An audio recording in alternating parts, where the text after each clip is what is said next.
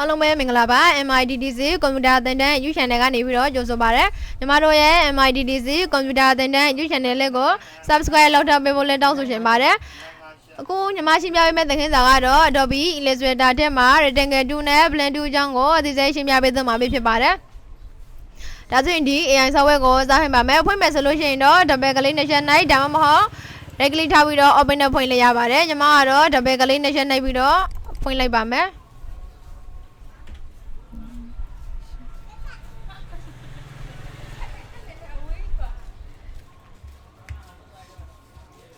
ဖွင့်လာပြီဆိုလို့ရှိရင်တော့ညီမတို့ကအရင်ဆုံးစာရွက်အသစ်တွေရတော့ယူပါမယ်စာရွက်အသစ်တွေယူဖို့အတွက်ဒီ file menu တွေကိုလည်းချက်သုံးပေးပါ file menu ထဲမှာ new ဆိုတာရှိပါတယ် keyboard ပေါ်ကဆိုလို့ရှိရင် control and ကိုနှိုက်လဲရတယ်လိုက်ပြီဆိုရင်တော့ new document setting ပါလေးဟာအခုလိုပေါ်လာမှာဖြစ်ပါတယ်ပေါ်လာပြီဆိုလို့ရှိရင်တော့ဒီထက်မှာကို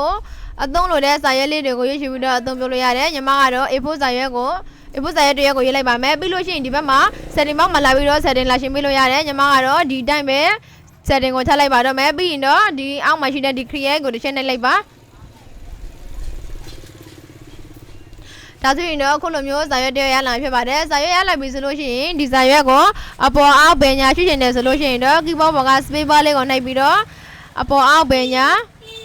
ရွှေ့လို့ရပါတယ်အခုညီမရှိများမှာကတော့ rectangle 2နဲ့ plan 2ကြောင့်ပဲဖြစ်ပါတယ်ဒီ2ပေါင်းပေါ်မှာရှိနေတဲ့ဒီ rectangle 2လေးကိုတစ်ချက်သုံးပေးပါဒီ rectangle 2လေးပေါ်မှာအခုလိုမျိုးများလေးတင်လိုက်ပြီဆိုလို့ရှိရင်တော့ rectangle 2ဆိုပြီးတော့နာမည်လေးကပေါ်လာဖြစ်ပါတယ်တကယ်လို့ဒီ2ပေါင်းသားအခုလိုမျိုးရှိမနေခဲ့ဘူးဆိုလို့ရှိရင်တော့ window ထက်ကသုံးဖို့ပြရဖြစ်ပါတယ် window ထက်ကိုတစ်ချက်တော့ window ထက်မှာ2ပေါင်းဆိုတာရှိတယ်2ပေါင်းကိုတစ်ချက်နှိပ်ပါပြီးလို့ရှိရင်ဒီဘက်မှာ advanced ရဲ့ basic ရဲ့ဆိုပြီးတော့နှမျိုးရှိပါတယ်ညီမကတော့ advanced ကိုပဲယူထားလိုက်မယ်2ပေါင်းလေးပေါ်လာပြီဆိုဒီ rectangle 2လေးကိုတစ်ချက်တော့ပါတယ် rectangle 2လေးကိုဒီ rectangle 2လေးရဲ့အောက်နားမှာရှိတဲ့ဒီမြားကောင်းလေးကို right click နှိပ်လိုက်ပါ right click နှိပ်လိုက်ပြီးလို့ရှိရင်တော့ဒီမှာခုလိုမျိုး2လေးတွေဟာ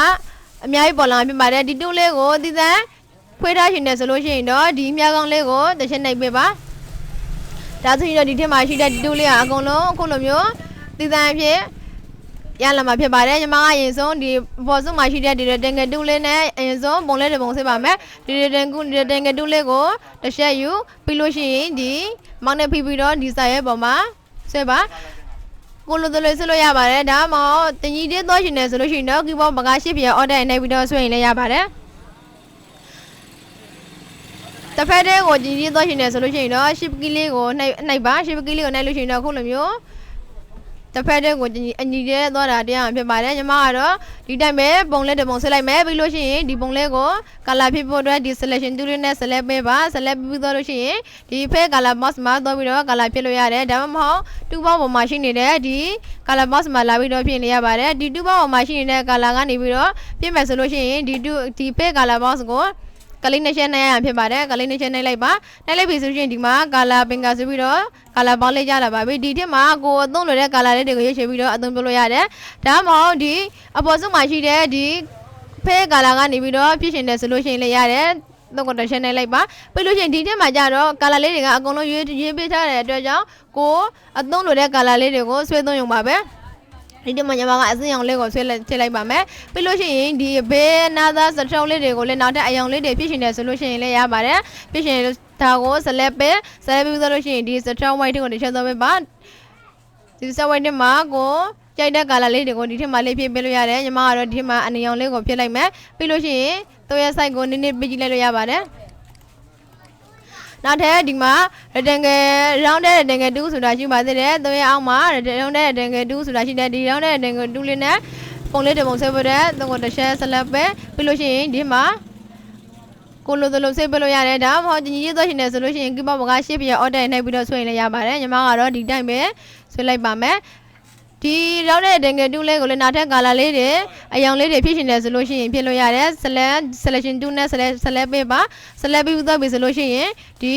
အပေါ်ဆုံးမှာရှိတဲ့ဒီ control ပေးလိုက်ပါတဲ့မှာရှိတဲ့ဒီ color box ကနေပြီးတော့ပြင်နေရတယ်ဒါမှမဟုတ်ဒီ2ပေါင်းမှာရှိနေတဲ့ဒီ fake color box ကလာပြီးတော့ color ဖြစ်လို့ရပါတယ်ကိုကြိုက်တဲ့နေရာကဖြစ်လို့ရတယ်ဒီ fake color မှာဖြစ်မယ်ဆိုလို့ရှိရင် coordination နိုင်ပြီးလို့ရှိရင်ဒီထက်မှာညီမကအပြန်အောင်လေးကိုရွေးလိုက်မယ်ပြီးရင် okay coordination နိုင်ပေးပါဒါဆိုရင်ဒီထက်မှာအယောင်လေးဟာပြောင်းသွားပါပြီဒီ stroke color လေးတွေကိုလည်းပြောင်းရှင်တယ်ဆိုလို့ရှိရင်ပြောင်းလို့ရပါတယ်ဒီ color box မှာရှိတဲ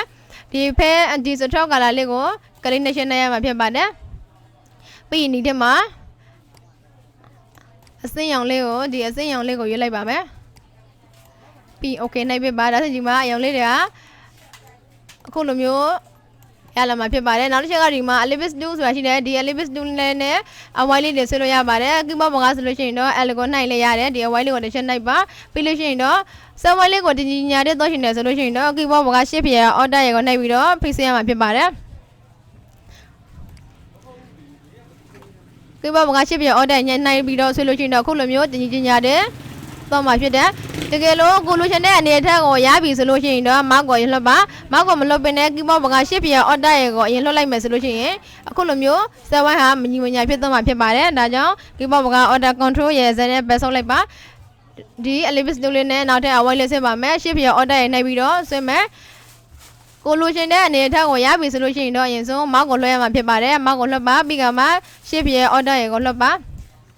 ါဒီဇက်ဝိုင်းလေးမှာနောက်ထပ်ကာလာလေးတွေဖြစ်မယ်ဆိုလို့ရှိရင်လည်းအရင်ဆုံးဒီဇက်ဝိုင်းလေးကိုဆက်လက်ပြီးကမှဒီဖဲကာလာမှာလာပြီးတော့ကာလာလေးတွေပြောင်းလို့ရတယ်ဒီထက်မှာညီမကအဝိုင်းအောင်လေးထည့်လိုက်မယ်ပြီးလို့ရှိရင်ဒီစထရောက်အယောင်လေးကိုလည်းနောက်ထပ်အယောင်လေးတွေဖြစ်လို့ရတယ်ညီမကဒီထက်မှာအနက်အယောင်လေးကိုဖြစ်လိုက်ပါမယ်ဒီဇက်ဝိုင်းလေးကိုနည်းနည်းပေးသိချင်သေးတယ်ဆိုလို့ရှိရင်လည်းကီးဘော့ပေါ်က shift ရ order ရနှိုက်ပြီးတော့ခုလိုမျိုးအကြီးအသေးကိုလောက်လို့ရပါတယ်နောက်တဲ့ဒီလောက်တဲ့တင်ငတူးလေးကိုလည်းခုလိုမျိုးအကြီးအသေးလောက်ရှင်တယ်ဆိုလို့ရှိရင်ဆက်လက်ပြီးသွားလို့ရှိရင် shift ရ order နှိုက်ပြီးတော့ခုလိုမျိုးအကြီးအသေးပြုတ်လောက်လို့ရပါတယ်နောက်ကြဒီထက်မှာအောက်မှာ polygon 2ဆိုမှရှိပါသေးတယ်ဒီ polygon 2လေးနဲ့နောက်ထပ် polygon 2လေးတစ်ခုကိုပုံလေးတစ်ခုကိုဆွဲလိုက်ပါမယ်ဒီညာတဲ့တော့ရှင်နေဆိုလို့ရှိရင်တော့ shift ရ order နှိုက်ပြီးတော့ဆွဲရရတယ်ဒါမှမဟုတ်ဒီတိုင်းပဲမောင်းနဲ့ဖိပြီးတော့ဆွဲမယ်ဆိုလို့ရှိရင်ရပါတယ်ဒီတိုင်းပဲဆွဲလိုက်ပါဒီ polygon 2မှာလည်းနောက်ထပ် color လေးတွေဖြစ်မယ်ဆိုလို့ရှိရင်ပြလို့ရတယ်ဒီပြီးလို့ရှိရင်ဒီရောင်းတဲ့ sorry ဒီ polygon 2လေးကိုဆက်လက်ပြီးသွားလို့ရှိရင်ဒီဖဲ color ထဲမှာလာပြီးတော့အယောင်လေးတွေကိုကိုကြိုက်တဲ့အယောင်လေးတွေကိုရွေးချယ်ပြီးတော့ပေးလို့ရပါတယ်ဒီမှာဒီအယောင်လေးကိုပေးလိုက်မယ်ပြီးလို့ရှိရင်နောက်ဒီ stroke မှာတွေတော့လာပြီးတော့ color လေးတွေပြောင်းပေးလို့ရပါတယ်ဒီမှာညီမကတော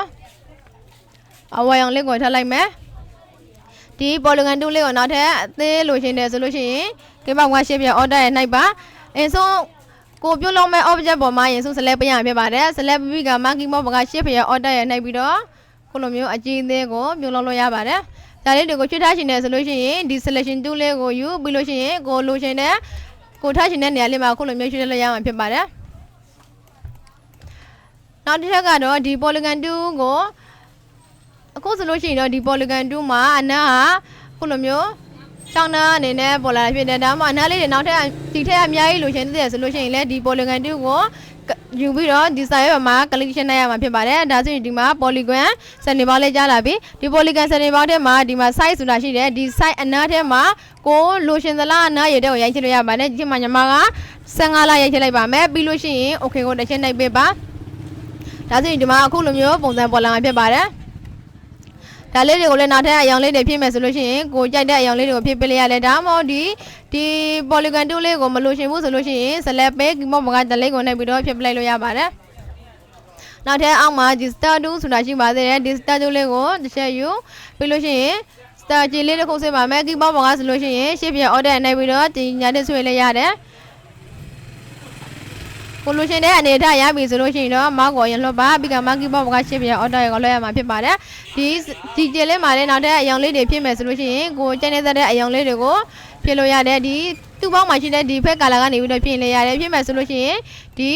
color ဒီဖက် color လေးကိုနှစ်ချက်ကလေးနှစ်ချက်နိုင်ရမှာဖြစ်ပါတယ်ကလေးနှစ်ချက်နိုင်ပြီးကမှဒီထက်မှာကိုကျန်နေတဲ့အယောင်လေးတွေကိုရွေးချယ်ပြီးတော့အသုံးပြုလို့ရတယ်ဒီထက်မှာညီမကတော့ဒီထက်မှာအနက်အယောင်လေးကိုရွေးလိုက်မယ်ပြီးလို့ရှိရင် okay ကိုတစ်ချက်နိုင်ပြပါဒါဆိုရင်ဒီမှာဂျယ်လေးဟာခုလိုမျိုးအယောင်ဖြစ်လာပါပြီဒီဂျယ်လေးကိုသိချင်တယ်ဆိုလို့ရှိရင်လည်း shift ရ order နိုင်ပြီးတော့ခုလိုမျိုးအကြီးသေးလောက်ပေးလို့ရတယ်ဒါမှမဟုတ် shift ကလေးကိုသာနိုင်ပြီးတော့အခုလိုမျိုးအကြီးသေးလောက်လည်းရပါတယ်ဒါကတော့တစ်ဖက်တစ်ကိုဒီညာလေးတော့တာဖြစ်တယ်ဒီဂျယ်လေးတွေကိုနောက်ထပ်နေရာလေးတွေရွှေ့ထားရှင်တယ်ဆိုလို့ရှိရင်လည်းရွှေ့ထားလို့ရပါတယ်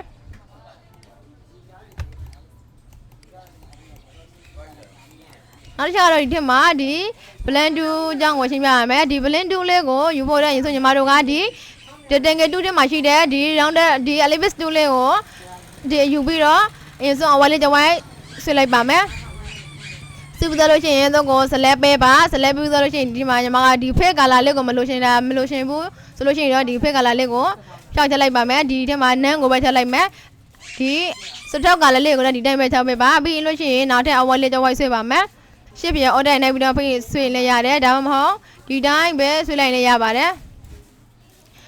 Without me solution, you know. The someone in the Congo selection do na select payama pepare select be like ba select without solution do the blend to lego the shadow ba blend to lego like biro desire mark sorry the blend to lego mark calculation na pepare na be solution do the ma blend to option ba le ko lo pola ma pepare pola be solution do this present ma ko solution the ma smu kala phit nida phit de the smu kala lego specific face na so bi do pyaung maya pepare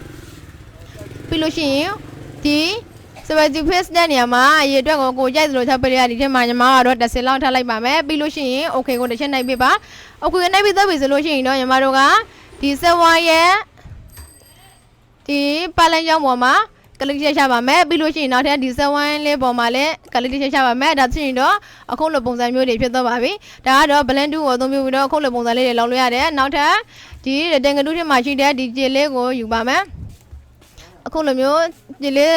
the long fan di like me below she this J Boma sorry di is on di Jago Marogan Nila Bedi like Bame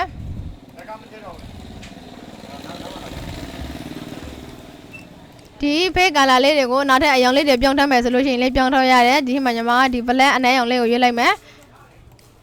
below she not a jelly to go say Bame sorryဒီမှာတော့ Alice student နဲ့ဒီကျေလေးရဲ့အလေဘုံမှာဆက်ဝန်းလေးတစ်ခုဆွဲလိုက်ပါမယ်ဒီစထောက်ကလာလေးကိုနောက်ထပ်အယောင်လေးတွေပြောင်းပေးလို့ရတယ်အနေရောင်ထားလိုက်မယ်ဒီစထောက် white ကိုတော့နည်းနည်းပေးလျှော့လိုက်ပါမယ်ဒီကျေလေးကိုဆက်လက်ပေးပြီးတော့နည်းနည်းလောက်ပေးကြည့်လိုက်ပါမယ်ရပြီဆိုလို့ရှိရင်တော့ဒီဆက်ဝိုင်းလေးရဲ့ဒီဂျယ်လေးရဲ့နှစ်ခုလုံးကိုဒီ selection tool လေးနဲ့ select ပေးရမှာဖြစ်ပါတယ် select ပေးပြီးတော့လို့ရှိရင်တော့ဒီ blend tool ကို blend tool ကို click နဲ့ချက်လိုက်ပါနှလိုက်ပြီဆိုရင်ဒီထဲမှာဒီ specific set နေရာမှာတော့ဒီ specific set ဖြစ်နေရပါမယ် smooth color လို့ဖြစ်နေတယ်ဆိုလို့ရှိရင်တော့ဒီ specific set ကိုရေးပေးထားမှာဖြစ်ပါတယ်ပြီးလို့ရှိရင်ဒီနံပါတ်မှာလဲကိုကျန်တဲ့နာမည်လေးတွေဟာကနန်းလေးတွေကိုရိုက်ချိပလိုက်ရတယ်ဒီမှာညီမက15လောက်ထားပါမယ်ပြီးလို့ရှိရင် okay ကိုတစ်ချက်နိုင်လို့ပြပါ